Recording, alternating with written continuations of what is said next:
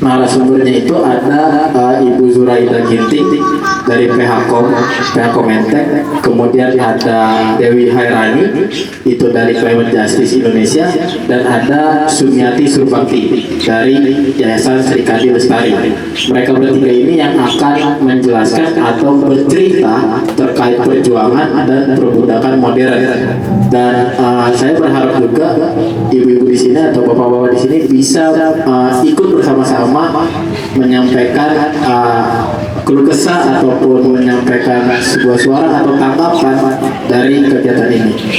Mungkin bisa langsung aja saya menyerahkan kepada Bapak Sutrisno selaku ketua masyarakat adat di sini yang akan membuka kegiatan kita sekaligus wali adat. Ya, wali adat, mohon maaf Pak. Wali adat dari BPRPI ya Pak. Iya, yang akan membuka kegiatan ini. Untuk waktu dan tempat saya persilakan Pak.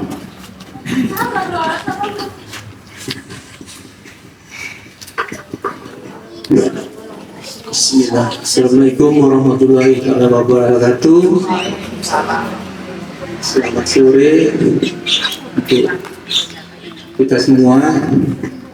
Alhamdulillah pada sore hari ini kita dapat kunjungan satu penghargaan buat wadah kita aman, yaitu Yayasan Serikandi Lestari. Mudah-mudahan insyaallah dalam kunjungan ini nanti bisa bermanfaat buat kita semua, khususnya masyarakat BPRPI Kampung Menteng dan khususnya organisasi PHKOM. Dan saya sini mewakili ketua Ibu PHKOM yang pada saat ini ada halangan dan beliau tidak bisa hadir barangkali. Jadi mungkin saya sebagai wakil.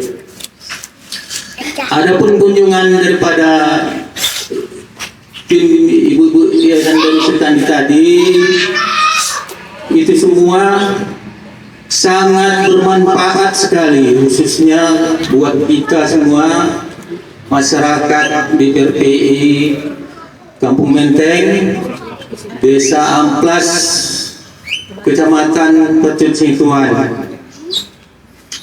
Dan kemungkinan buat ibu-ibu nanti bisa saling bertanya apa kepentingannya dan berbagi cerita, berbagi pengalaman dengan ibu-ibu narasumber dari Yayasan Lestari. Jadi kira-kira demikian aja yang bisa saya sampaikan. Sekian, assalamualaikum warahmatullahi wabarakatuh. Terima kasih Pak atas kata sambutannya sekaligus pembukaannya. Dan kayaknya langsung aja kita bakal mendengar dari narasumber terkait materi yang udah atau dari sebuah tema yang udah kita siapkan ini. Sebetulnya kira-kira yang mau menjelaskan terkait perjuangan, mungkin dari kepada Ibu Zuraida. Boleh Ibu ceritakan terlebih dahulu Bu, bagaimana secara perjuangan masyarakat adat di sini dalam merebut lahan yang telah dikuasai oleh PT PN. Boleh diceritakan Bu?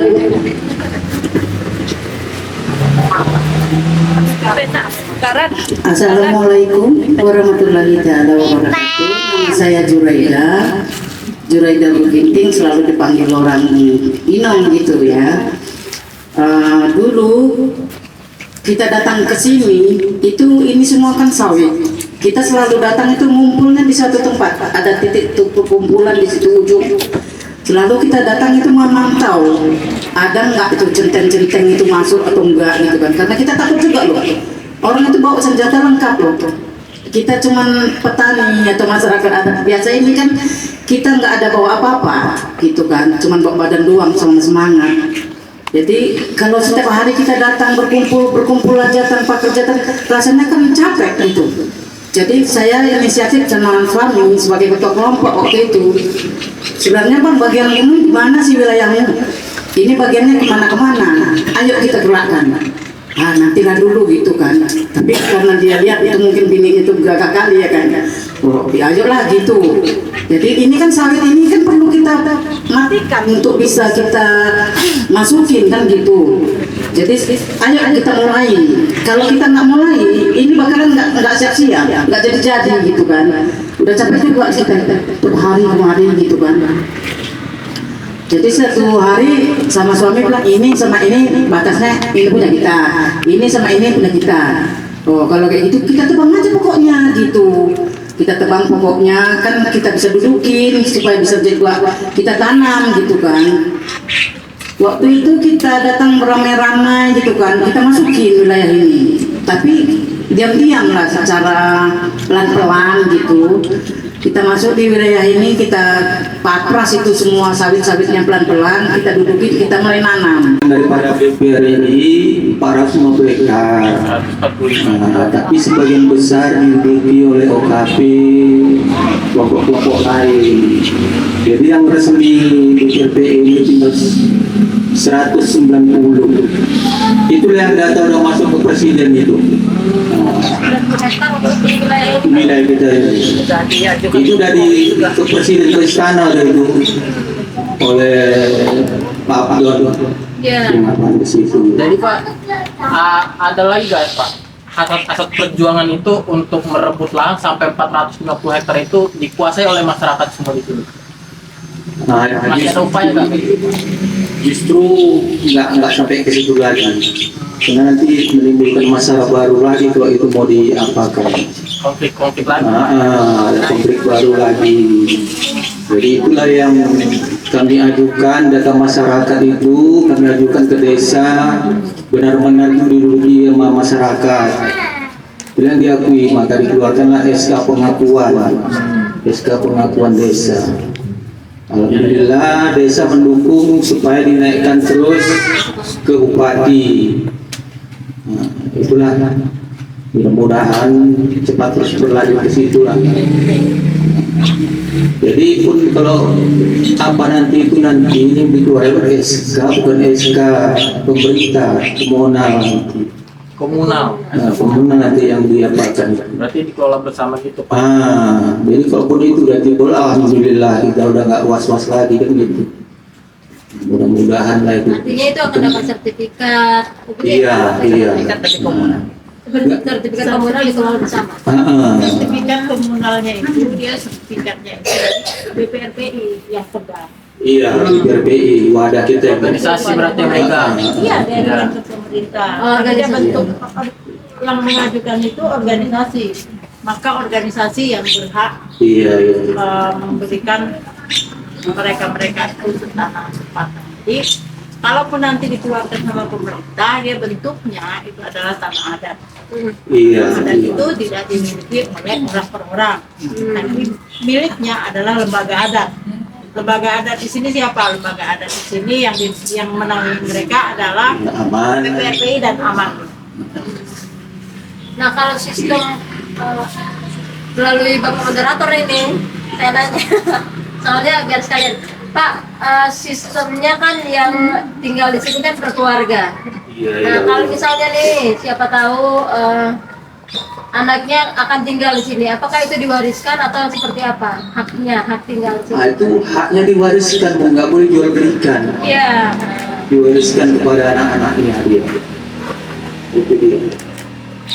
Ada istilahnya nih dijual, tinggal gitu, enggak. Diwariskan kepada anak-anak. Sebenarnya kalau mau pencuran, ada pernah juga kami perdebatkan itu karena dibincangkan pernah. Nggak mampu loh.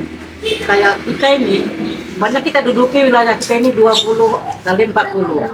Kalau kita bikin sertifikat sendiri, mampu nggak kita bayar PBB-nya? Mampu nggak kita nggak bayar? Nggak mampu kan? Makanya supaya dimudahkan, diglobalkan. Dudukilah selama manapun kalian mau. Semampunya gitu Bu ya. Kalau kita bikin sendiri, kan berat itu. Mau bayar berapa, mau berapa juta kita keluarkan. Itu nggak sedikit loh uangnya. Iya. Pernah juga itu kayaknya kami perbincangkan dengan Bu Mulyana Dumi dengan yang lain-lain dari narasumber yang lainnya. Oke. Berapa biaya yang dibutuhkan misalnya untuk satu tanah ukurannya misalnya dari Bapak Donatur nih. Nah, terus Bapak Ibu saya mau nanya, haknya dari seorang pengaju dari masyarakat adat ini yang boleh dia tinggal di sini berapa luas lahan, dan ada nggak rentang waktunya dia boleh tinggal di situ sampai berapa lama? Terus apa kewajiban dan haknya yang ditentukan sama organisasi? Iya, itu memang udah dibuat undang-undang adat kita di sini untuk masyarakat yang udah memiliki tanah dihimbau kalau bisa segera mungkin dibangun tanahnya. Jadi kalaupun tidak bisa, paling tidak ya seminggu sekali datang ke tanah itu. Alhamdulillah kita di tanah adat ini aman-aman aja, nggak ada. Udah rata-rata diduduki. Nggak ada udah di apa hilang. Contoh di OKP sana, beli nanti 20 juta, 30 juta, 2 bulan nggak datang. Udah jual lagi sama mereka. Nah, jadi alhamdulillah kita di tanah adat ini nggak ada seperti itu. Nah, tapi memang sekarang ini kebanyakan mereka ini yang udah memiliki tanah ini merasa tanah warisan, hak waris. Seakan-akan tanah ini nggak ada perjuangan lagi, seakan-akan udah bebas aman gitu. Nah, padahal kalau kita mengingat dalam perjuangan ini sangat sakit kali, betul-betul kita yang diintimidasi, berdalil itu hak kita yang kita rebut di situ. Bukan kita merampas hak negara, memang hak kita yang hak kita dirampas negara. Nah, ingkar mereka itu. Seharusnya Belanda udah mengembalikan nama negara kita, dikembalikan nama masyarakatnya, itu memang seharusnya. Itu perjanjian konvensi dengan Sultan Delhi itu benar terjadi, bukan dongeng belaka itu. Nah, kita masih ada buku-buku sejarahnya yang saya tengok. Karena masa itu kan mungkin saya pun belum lahir, tapi sejarahnya pun saya ikuti. Memang hak kita ada di sini. Nah, itu. Jadi sekarang ini walaupun kita udah menduduki ini, bukan berarti kita udah lepas dari udah hak kita udah resmi, enggak, kita tetap berjuang. Nah, mungkin dari moderator ya kan agak ini di mana ini perjuangan perempuan adat dalam merehabilitasi kerusakan lingkungan. Kenapa itu diangkat? Nah, sebagaimana kita ketahui bahwa sejarahnya dulu lahan ini adalah lahan sawit. Nah, kita tahu bahwa sawit itu sangat rakus dan sangat merusak tanah. Nah, bagaimana sebenarnya peran ibu-ibu, peran perempuan-perempuan melakukan pemulihan kesuburan tanah ini lagi?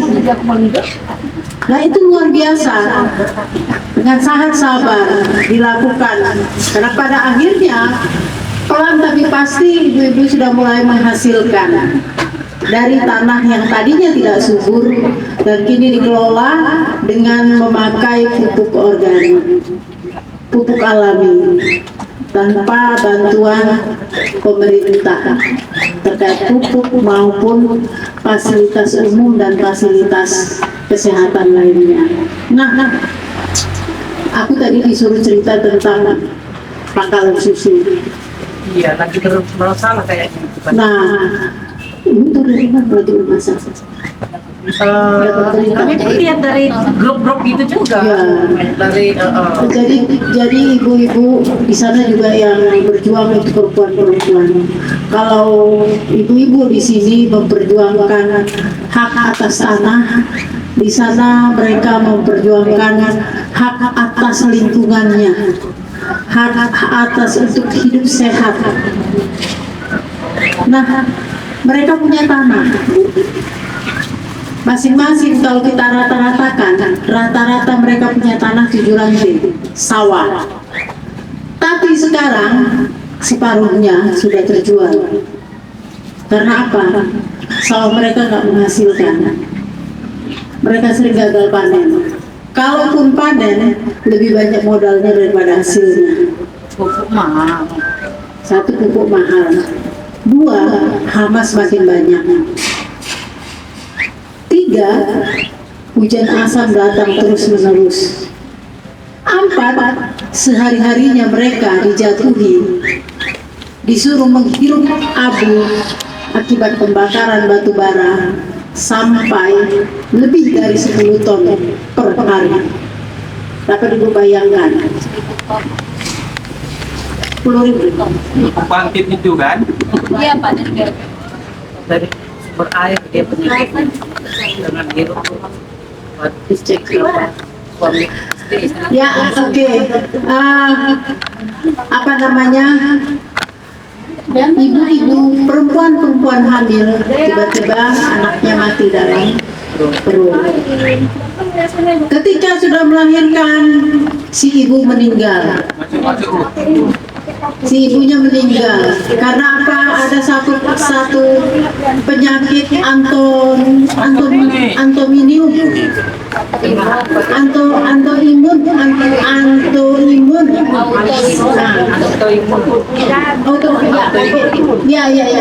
autoimun. Satu penyakit autoimun yang itu disebabkan ada beberapa faktor. Pertama itu karena obesitas. Kedua, dia perokok, kecanduan rokok. Ketiga, faktor keturunan. Keempat, karena dia sehari-hari menghirup zat kimia. Kelima, perempuan yang baru melahirkan sangat rentan, jadi sangat ketularan. Jadi beberapa 5 faktor ini keturunan nggak ada, obesitas enggak. Yang meninggal ini kita lihat, obesitas enggak. Nah, yang memungkinkan menyebabkan dia meninggal sekitar 3 hari yang lalu. Dia sehari-harinya terpapar zat kimia. Dia juga baru melahirkan, jadi imunnya itu jadi aneh gitu. Imun dia justru merusak zat-zat zat-zat baik yang ada di dalam tubuh. Jadi melawan, bukan dia menyerang penyakit, tapi malah melawan tubuh kita gitu. Nah, itu kasus kematian dini atau dikatakan bahwa mati dalam kandungan itu sudah berkali-kali di sana terjadi. Baru-baru ini 3 bulan yang lalu itu 5 anak yang lahir, 5 harus pakai alat bantu nafas. Baru ibu-ibu di sana, Bu, semuanya itu udah batu-batu. Jadi dianggap batu-batu ringan gitu aja kan, tapi nggak sembuh-sembuh. Nah, beberapa orang itu sudah kena paru bintang, meninggal. Pekerja PLTU-nya aja sendiri sudah kita kita catat itu 2 orang yang kena paru bintang meninggal. Baru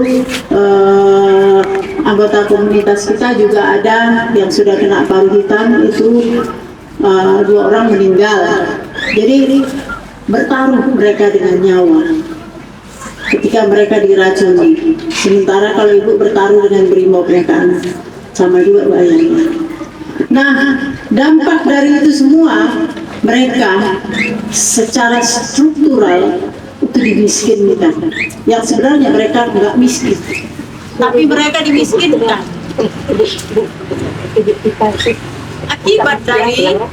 Akibat dari itu, maka akibat dari mereka dimiskinkan, mereka jadi kerja serabutan, Bu.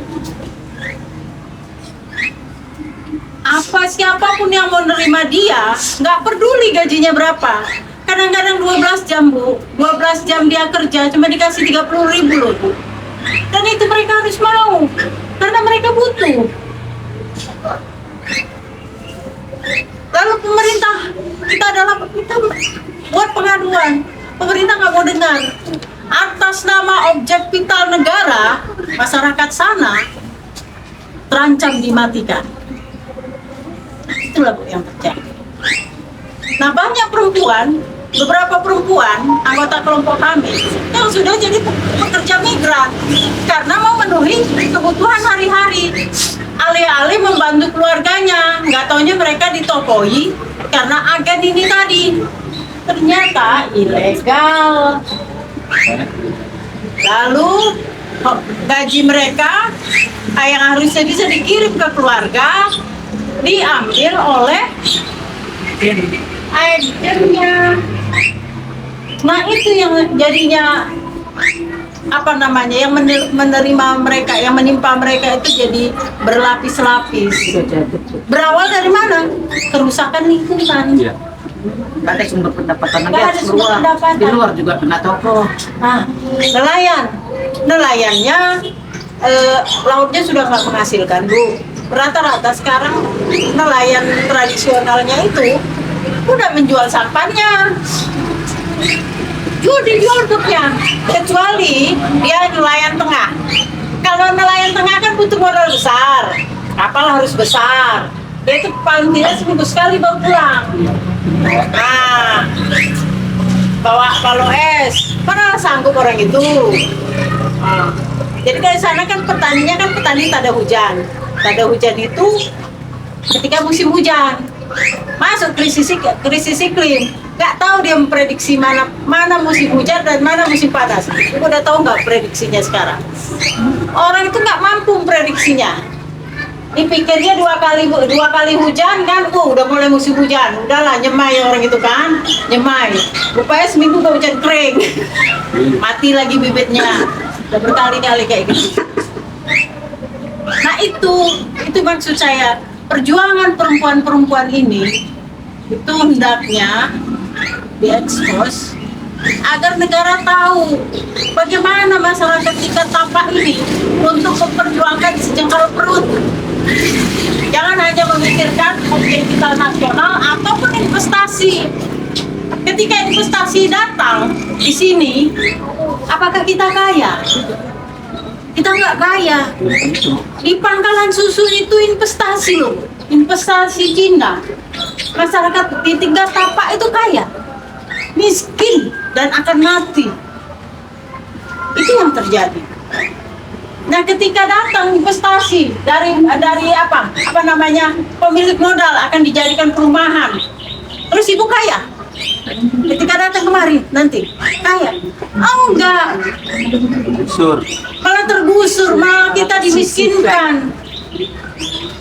Baru negara seenaknya saja menjualnya ini dan lain sebagainya. Iya, jadi nggak apa namanya, agak timpang ketika kita membicarakan bahwa investasi itu yang dikatakan pemerintah kita bahwa investasi itu untuk memikirkan masyarakat kecil. Pada kenyataannya investasi itu memiskinkan masyarakat kecil. Yang pelakunya orang, tapi juga bisa kelompok, bisa perusahaan, kemudian bisa keluarga, bisa saudara, teman, dan sebagainya. Bentuknya apa aja, Bu? Nah, kalau Ibu pernah dengar yang namanya TKW, ya kan? Maka itu adalah salah satu bentuk perbudakan modern. Tapi dia ada jalurnya kenapa dia disebut perbudakan modern. Misalnya ya, dia tidak punya identitas yang lengkap. Kenapa, Bu? Iya, namanya identitas nembak. Misalnya dia pergi ke Malaysia, ke Taiwan, ke Singapura, kemanapun, tapi pakai paspor pelancong. Ada punya pengalaman, Bu, di sini? Sering ya, keluarga saya ada yang seperti itu, sampai berpuluh-puluh tahun kemudian menikah dengan orang sana. Jadi saya nggak tahu gimana caranya, tapi dia selalu cerita kalau dia dikejar-kejar sama polis, ya kan? Jadi semakin dikejar-kejar sama polis, semakin dia pengen di situ. Mungkin nah itu yang kita pikir sebenarnya mereka kan sebenarnya nggak punya kehidupan kan di sana kan. Jadi kalau mereka ditangkap maka seluruh gaji mereka itu habis. Itu yang terjadi sama abang saya. Kakak saya juga seperti itu. Tapi dia membawa juga anak-anaknya ke sana. Gitu. Kenapa? Karena sumber daya kita itu tidak bisa lagi dikelola. Semuanya mahal. Ya, dia orang Medan tapi dia nggak punya rumah. Bertahun-tahun hidupnya mengontrak. Ya, menyewa, mengontrak. Anak tidak mampu untuk menyekolahkan anaknya. Maka kemudian dia terjerat di sebagai buruh migran dan terlibat di perbudakan modern. Kenapa disebut perbudakan modern? Karena dia nggak punya hak. Jadi waktu saya nih misalnya, saya mau bekerja, saya dihubungi sama Bang Rimba. Maka Bang Rimba itu mensyaratkan sama saya kalau kamu pergi nggak usah pakai surat-surat yang lengkap atau pakai paspor pelancong aja biar gak ribet. Jadi kan kalau pakai paspor yang legal harus ada izin pekerjanya kan Bu. Maka itu banyak sekali prosedur-prosedur yang harus Ibu taati. Nah, banyak yang pengen pakai jalan tol karena kesulitan ekonomi tersebut. Kemudian nanti Bang Rimba minta juga nanti kalau setelah 3 bulan bekerja gajinya buat saya. Misalnya 70%. Jadi kalau gaji saya 3.000 ringgit, maka 2.100 ringgitnya sama Rimba. Sisanya sama saya gitu. Mereka itu kan tidak mencukupi. Itulah jeratan dari jeratan perbudakan modern, ya. Namanya pekerja migran. Itu terjadi untuk perempuan dan laki-laki. Jadi jangan dipikir perempuan aja yang jadi korban, enggak, laki-laki juga banyak. Terutama bekerja sebagai buruh di perkebunan. Dan perbudakan modern itu Bu, tidak hanya terjadi pada saat kita bekerja di luar. Makanya tadi saya nanya, Ibu kalau bekerja di sini gajinya berapa gitu. Kalau di Pangkalan Susu, komunitas kami itu bekerja 12 jam hanya digaji 30.000.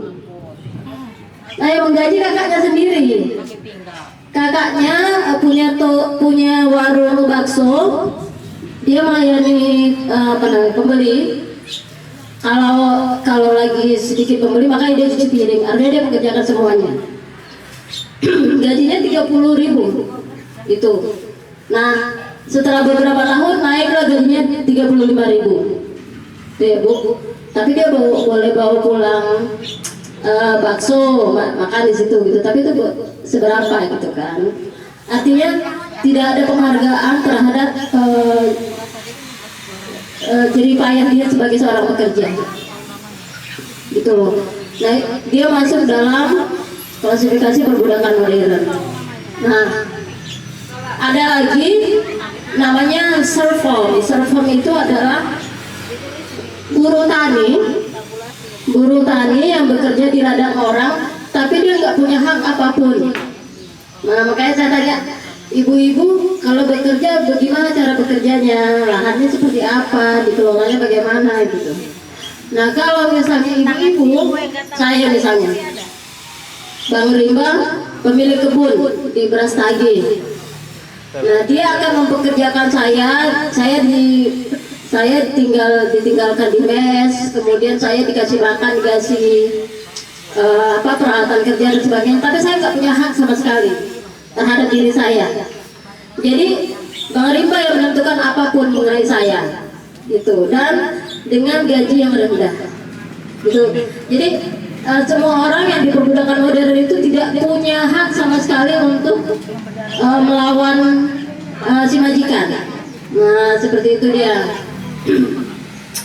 Yang lain adalah perkawinan paksa. Perkawinan paksa ini masuk di kategori perkawinan anak. Nah, ibu-ibu tahukah ibu-ibu kalau kerusakan lingkungan itu menyebabkan kemiskinan, dan kemiskinan itu salah satu penyebab perkawinan anak, ya. Kurangnya juga pendidikan. Nah, perkawinan anak itu kenapa sih orang tua tuh mau menikahkan anaknya pada usia masih muda, padahal kan organ reproduksinya juga belum baik, anak-anak justru bisa stunting, gizinya buruk, belum sehat secara psikologis gitu. Itu karena jeratan kemiskinan. Nah, saya punya saudara di Belawan, ayahnya itu nelayan, anaknya banyak, saya sampai lupa berapa, tapi sekitar 5 orang, semuanya perempuan, tapi nggak ada yang lulus SMA. Gitu loh. Kalau kita lihat gizinya baik, ayahnya kan nelayan selalu bawa ikan kan, tapi nggak mampu menyekolahkan anaknya sampai SMA. Jadi setiap anak lulus SMP itu langsung menikah. Itu terjadi di daerah Belawan, ya. Nah gitu. Padahal kalau menurut saya dia bisa. Sekolah zaman sekarang kan banyak yang gratis ya, gitu. Apa Bu? Ya, ada juga sekolah yang terbuka, tapi dia tidak mau. Jadi ada budaya yang mengakibatkan anak itu harus menikah muda karena pandangan budaya. Ada yang karena miskin, dimiskinkan juga. Menurut yang disampaikan dari sama kami benar bahwa sulitnya anak-anak untuk bekerja itu membuat dia harus menikah. Orang tua mau melepaskan tanggung jawabnya pada anak, maka dia menikahkan anaknya. Padahal anak itu tidak keluar dari masalahnya, tapi masuk ke masalah yang baru, ya kan? Bagaimana anak masih umur 16, 17, 19 tahun menikah, padahal dia belum mengerti, tubuhnya sendiri belum mengerti, dia nggak tahu soal tanggung jawab. Kemudian dia menikah mungkin dengan seorang laki-laki yang lebih tua, maka tingkat kekerasan dalam rumah tangga itu akan lebih tinggi.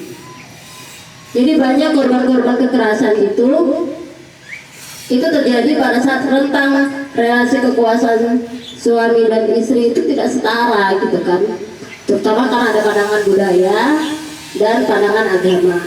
Itu ya Bu.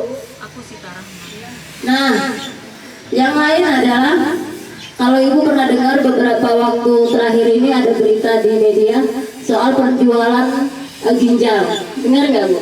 Iya. Itu adalah satu ciri dari perbudakan modern, jenisnya perbudakan modern. Nah, kalau ada yang nawarin ibu, jual aja ginjalnya, nanti dapat harganya tinggi, 200 juta ya Bu. Padahal yang didapat sama yang punya ginjal berapa? Kalau saya nggak salah 175 juta gitu, 25 jutanya hilang. Atau kalau nggak salah 135 juta gitu, antara itu rentangnya. Tapi dia nggak akan mampu lagi bekerja selayaknya kita kan, yang punya ginjal 2, karena dia kan mudah lelah. Siapa yang mau memperkerjakan orang yang mudah lelah?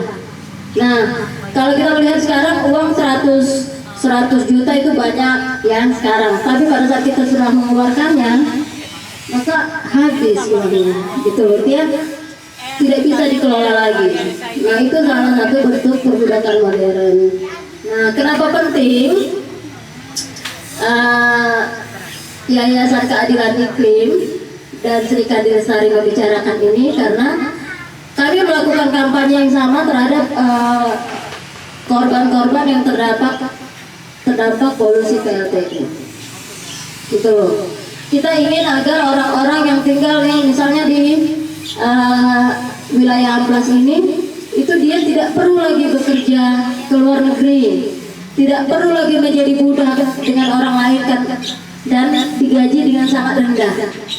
Kita ingin orang-orang yang tinggal di sini itu kan dia punya kekuatan yang besar ya, dia mampu mengelola lahan, dia mampu mengambil alih lahan di sini, maka dia harus tentunya akan mandiri secara ekonomi, gitu loh. Itu yang ingin sebenarnya kita pelajari. Di Pangkalan Susu lingkungannya sudah hancur Bu, mereka punya lahan tapi lingkungannya kan hancur, dirusak oleh investasi yang punya pemerintah. Itu yang beda perlawanannya antara ibu dan bapak gitu. Ibu dan bapak punya kedaulatan terhadap lahan ibu kan, boleh ibu mengelola walaupun lahannya rusak tapi kita punya lahan gitu loh. Nah di sana mereka punya lahan tapi tidak bisa dikelola lagi karena sudah dari atas ada racun, di bawah pun kena racun. Dua permasalahan mereka, kemudian berdampak pada kesehatan, perekonomian, air bersih. Mereka nggak punya air bersih Pak, kayak di sini. Air bersih mereka nggak punya, udara bersih mereka nggak punya. Kita berjuang hanya untuk menyuburkan tanah. Nah artinya perjuangan yang di sana agak lebih sulit ya, karena mereka mau terbebas dari udara kotor, air kotor, dan terbebas dari perbuatan modern. Nah, ibu-ibu kalau misalnya punya keinginan ini mau bekerja ke luar negeri, ya kan? Undang-undang menyebutkan bahwa kalau ibu-ibu atau bapak-bapak yang mau bekerja itu tidak boleh dikenai biaya. Siapa yang dikenai biaya? Ya orang yang mau meminta bekerja Pak, misalnya perusahaan. Nah perusahaan itu yang harus mengeluarkan biayanya untuk perjalanan, untuk izin dan sebagainya. Jadi ada undang-undang yang menyampaikan bahwa pekerja yang diminta untuk bekerja nggak boleh dibebani oleh biaya, itu diatur sama undang-undang. Kalau ada yang meminta biaya tersebut maka dia akan diganjar hukuman dan dendanya sampai 15 miliar si perusahaan tersebut.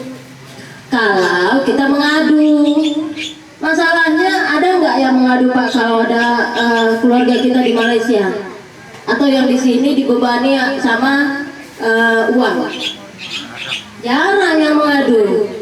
Di keluarga saya pun seperti itu, nggak ada yang mau ngadu. Yang tahu tiba-tiba kita udah nyampe ke Malaysia, udah kerja di Penang, udah nyampe di rumah orang India katanya. Nah itu yang terjadi dan faktanya sudah banyak kita dengar, bahkan dialami. Nah kasus yang lain adalah kekerasan seksual. Jadi banyak sekali Pak, Ibu, itu pekerja yang ada di luar negeri, tidak hanya di sana, di sini pun itu mereka terjebak dalam kekerasan seksual. Jadi misalnya, Bu saya agak sakit, saya duduknya kayak gini ya. Nah, pekerjanya itu Bu dipaksa untuk melayani majikannya. Nah, jadi saya mau cerita dikit nih. Di tahun 2007 saya kan mendampingi 57 perempuan buruh migran. Jadi dari Malaysia dipulangkanlah oleh kedutaan besar Indonesia, dipulangkanlah ke Indonesia.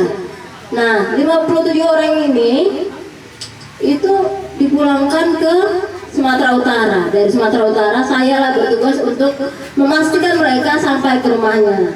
Jadi saya harus melakukan rehabilitasi sosial.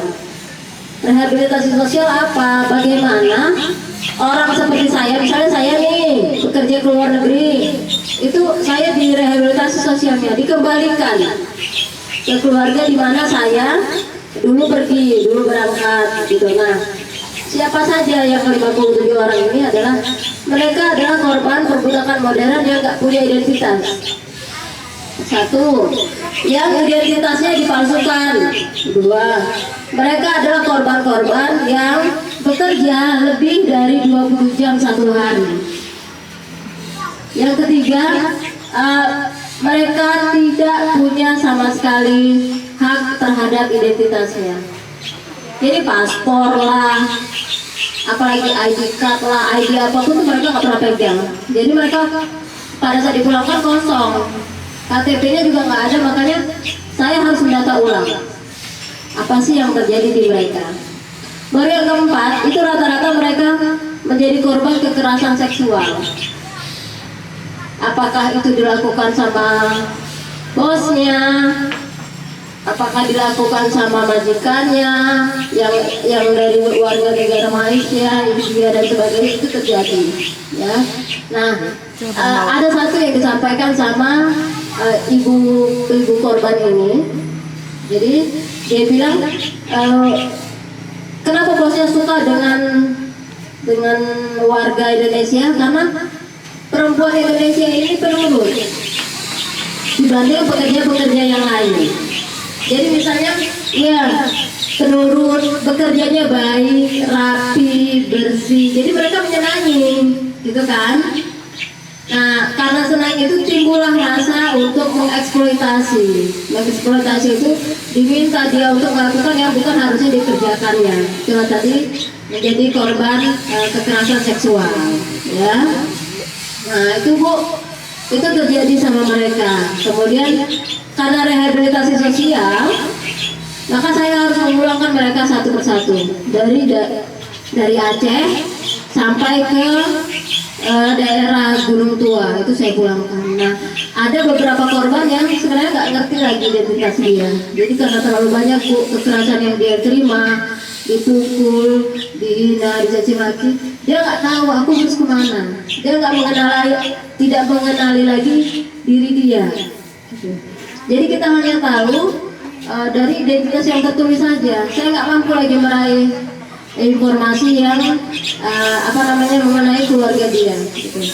Nah, jadi dipulangkanlah si ibu ini sampai ke rumahnya, keluarganya juga nggak mau menerima. Gitu. Kenapa nggak mau menerima? Karena dia sudah, kalau kita bilang sudah tidak waras, gitu ya. Nah, orang lokal kan kalau menerima orang yang tidak waras kan dianggap itu kan sebagai beban, ya Bu, sebagai beban, dan ngapain lagi dia dibawa kemari gitu. Nah, itu yang banyak terjadi.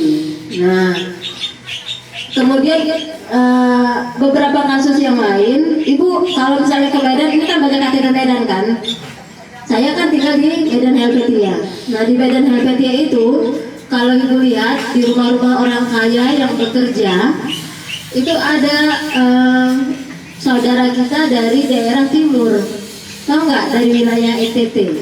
Nah, Nusa Tenggara Timur, yang dia tinggi, kulitnya sawo matang gitu ya, dan dia dipekerjakan sebagai pekerja buruh kasar kalau saya bilang. Misalnya dia mencuci karpet, itu kan biru gede ya Bu, gede dan besar dan berat. Nah, mereka dipekerjakan seperti itu. Gitu. Nah, banyak juga yang kemudian mendapat kekerasan seksual. Jadi ada penampungannya Bu. Di kasus kami dulu itu di wilayah, kalau dulu ya namanya Seblutu ini ada banyak perempuan-perempuan dari sana yang muda-muda dari umur 12 tahun sampai 16 tahun itu dieksploitasi secara seksual sampai hamil. Anaknya itu diambil sama majikannya, dijual, kemudian si ibunya tadi disuruh bekerja. Jadi majikannya dapat uang, ya kan? Eksploitasi seksual, majikannya ini melakukan kekerasan berkali-kali ya. Jadi eksploitasi seksual, pemerkosaan, kemudian sudah hamil anaknya diambil, dijual, dan si ibunya dipekerjakan lagi tanpa gaji. Nah, jadi hati-hati. Kerusakan lingkungan yang terjadi di wilayah kita itu bisa diperbaiki dengan banyak hal. Salah satunya adalah mempergunakan media pupuk organik seperti yang sudah dicontohkan sama Ibu sini ya Bu. Memang organik dan kimia itu butuh waktu sampai bertahun-tahun. Tapi pada saat kita terjerat di perbudakan modern, maka itu akan sulit keluar. Gitu. Terutama untuk kasus kekerasan seksual, di mana terutama anak-anak perempuan kita ya Bu, anak-anak perempuan kita yang harus melayani laki-laki dewasa yang sebenarnya dia nggak tahu, dia nggak mengerti apa yang terjadi sama dia kan Pak. Tapi itu terjadi sama dia dan itu akan menimbulkan trauma yang sangat berat. Nah, itu pengalaman saya melakukan pendampingan dan hasil dari pengamatan kami selama melakukan pendampingan di wilayah yang lingkungannya rusak. Gitu. Makanya sangat penting sekali ibu-ibu yang ada di Pangkalan Susu atau di wilayah lain ini belajar dengan kuatnya perempuan adat yang ada di wilayah Menteng ini. Gitu. Yang saya tahu bahwa perempuan dimanapun pada saat wilayahnya diganggu, dia akan sangat kuat, melebihi kekuatan dari apapun. Nah, kalau anaknya sakit, maka dia akan mencari sumber penyakit itu apa. Kalau sumber penyakit itu adalah perusahaan yang mencemari, maka dia akan memastikan bahwa perusahaan itu bisa berhenti. Nah, itu ya Bu. Nah, perjuangan ibu-ibu dengan perjuangan bapak-bapak mungkin berbeda, tapi lebih militan saya melihat perjuangan ibu-ibu. Tentu saya berkaca dari perjuangan ibu-ibu yang ada di Pangkalan Susu dan akan dikuatkan lagi dengan ibu-ibu yang berjuang di sini.